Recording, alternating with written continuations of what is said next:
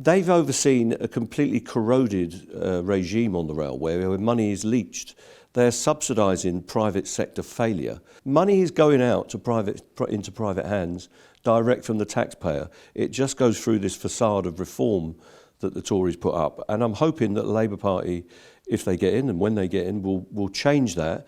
Yeah, well, we're pleased that they're taking a step forward. It's a bit of an historic landmark. It's not as good as we'd want entirely, but we're not going to carp about that. So we're going to get a holistic and industry-wide body that's going to run the infrastructure and the passenger railway to a great extent. So all the train operating companies will be brought under public control, under a new entity called Great British Rail, which will be accountable to the people and to government. And we think that's a big step forward. It's not as good as we'd wanted. We wanted the rolling stock companies, leasing companies that take billions of pounds out of the railway in profit to be dealt with as well. And freight hasn't come back, and there are some open access operators. But it is a good step forward, and we hope to build on that going forward until we get a full publicly owned railway. Can you talk to me a little bit about the rolling stock? So why is that an issue? Well, that's been set up under contracts that are a bit like the PFI contracts in public sector. So private entities take out complicated financial instruments in all sorts of offshore jurisdictions. They finance the trains, and then the railway companies, and now in the future the public railway, and of course the passenger and the taxpayer, have to pay for them over a 30-year period. So that would need special legislation and, the way people are set up now, compensation for that. So the government can deal with that when they've got in, but I think the most important step forward is to get the operation of the railway into public hands so that it's accountable to the people and works in their interests. But it is a big issue because it will bleed money out of our railway system. But that's happening in hospitals, it's happening in education, and it's happened in the councils. And there's all sorts of corruption, I think, involved in that. And we've got to deal with it if we want to get the country straight. That rolling stock money, that goes to supply Italian railways. That money goes back into railways across Europe. Is that really the Brexit Britain that we were promised? Well, it goes to all sorts of people. It goes to banks and it goes to people, all sorts of financial markets. And the work is generally done by European rolling stock companies because we only have one left here, which is foreign owned as well. So we've lost out on all those manufacturing jobs as well. And for patriotic government, as they keep portraying themselves, to leech all this money via the train operating companies and the rolling stock leasing companies to foreign manufacturing and to overseas jobs is a shame. And we've lost out on a big 15-year programme of rolling stock manufacture, and we've got to work that out. British Rail used to make all of its own trains here in Britain, in Crewe and York and Doncaster, and those towns have lost out largely on those jobs. So we've got to do something about it if we want to get the railway straight. Hugh Merriman this morning has been very critical of this plan. He said that it has the potential to hemorrhage money and it's not fully costed. But there are a number of train companies or train operators that are being run by the Ombudsman as we speak. Is he right? No, he's wrong, and they've been wrong for a long time. Money is being leached from the railway to these private operators. They get paid whether the trains run or not, whether that was because of the pandemic or because of weather, climate change, or because of strike action. The train operating companies get paid by the government, as do the rolling stock leasing companies. So in the pandemic, when we needed less trains, those companies didn't take any hit whatsoever. Their profits were guaranteed, about £250 million a year. And let's not forget, they've got 30-year contracts, some of them, 25 to 30-year contracts. So they're guaranteed free money on the work of other people. All they do is put financial instruments in place to get those trains manufactured, usually by Siemens or by Alstom or by Bombardier, which are overseas companies. So they've overseen a completely corroded regime on the railway where money is leached. They're subsidising private sector failure, and they've had to take the companies back as a Tory government. So there are now currently 7 train operators in public ownership, 4 in England, 2 in Scotland and 1 in Wales. So that's the mark that the Tory government has had to take them into public ownership. The next step is to make sure it's a coherent policy under Great British Rail, under the oversight of Parliament, but run by railway executives and railway workers who want to get on with the job of running a railway that we can be proud of. It sounds to me like you're saying that the Tory government are facilitating moving public funds into private companies. Well, that's what they're doing all over the economy, and people have got to wake up to that. That's been happening on the railway since 1993. But it's now increasingly happening in our hospitals, where private sector contractors are taking over not just the ancillary work, the cleaning, the catering, the maintenance, but they're also taking over clinical work.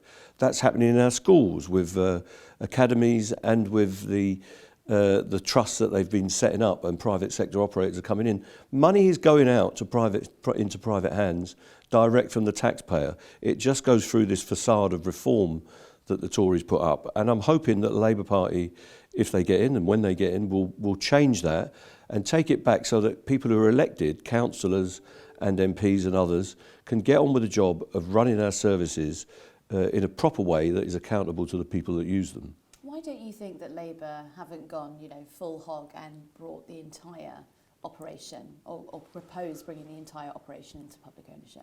Well, there are some difficulties, there's no doubt about that. The freight companies are privately run, not on a franchise basis as the TOCs were, but they were private businesses who got a great deal when the privatisation came around. They got all the assets for virtually nothing. They would have to compensate for that. The rolling stock companies would have to be compensation for those aspects as well. So there would be a financial hit. So they're taking it on a step-by-step basis. If we get a non-Tory government for 10, 12, 15 years, we can start doing the incremental changes that they've done over the last 40 years since Thatcher first got elected, and the Blair government didn't stop. So we've got to see the new Labour government that's going to come in as an opportunity. Trade unions and community groups and others have got to push them as hard as we can to get our railways back in order, to get our bus services, but also all those services in the communities that the councils used to operate, our schools, our education services, hospitals, and of course water. Would be great if we could have accountability on that, where we've wasted billions and billions of pounds in dividends, and we've got a corroded and decaying collapsing system. So there's a lot of work to be done, and even if they were more radical than they seem to be, they'd have a big job on their hands. So we've got to keep pushing them. The Labour Party is meant to be a party of the people, and the people have to make sure that they're doing a job on their behalf. Do you think there's some politicking here, because perhaps the electorate might be frightened if they start talking about bringing everything into public control? Well, we know how the media is set up. They'll jump on this proposal, which is modest, and it's good, but it's modest. If they were more radical, they'd jump all over that. So, but we've got to make Keir Starmer braver. I always say to people, Clement Attlee, who a lot of people support his memory, was not a left-winger. He was from the right of the Labour Party, and he did some extremely bold things about our NHS and about public services and all sorts of stuff that he put in that people remember and is still with us. We've got to make Starmer as bold as Attlee, even if he doesn't realise it's happening to him. So, we've got a campaign. Trade unions have got a campaign, but we've got to hook up with community groups, climate activists, identity people, whoever it is that want to get change in our country, have got to band together and make sure that the Labour government does a job on our behalf, and it's better than even they expect it to be. Do you think there's a potential here, or a fear here, that nationalising the rail might hand over too much control back to the unions?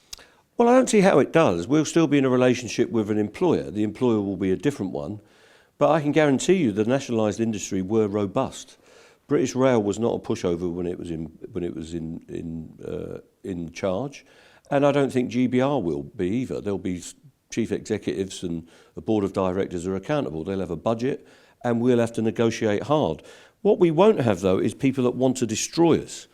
This Tory government wants to destroy the trade unions because they want to lower wages and dilute terms and conditions for every worker, not just railway workers. And it's happened all over the country in most sectors. So we're hoping we can get back to normal, and the New Deal for workers that Keir Starmer is promising should get that side of working life back on track as well to some extent. Not as far as we'd want it to go again, but we can keep pushing them on all of that. The anti-trade union laws, workers' rights, collective bargaining, sectoral bargaining, and the ending of outsourcing and subcontracting. All of that is an opportunity for us working with and sometimes against Labour policy over the next 5 or 10 years. The Rwanda bill that passed this week, what was your first reaction? Well, it's horrible, it's outrageous, it's a sin, really, as my mother would have said.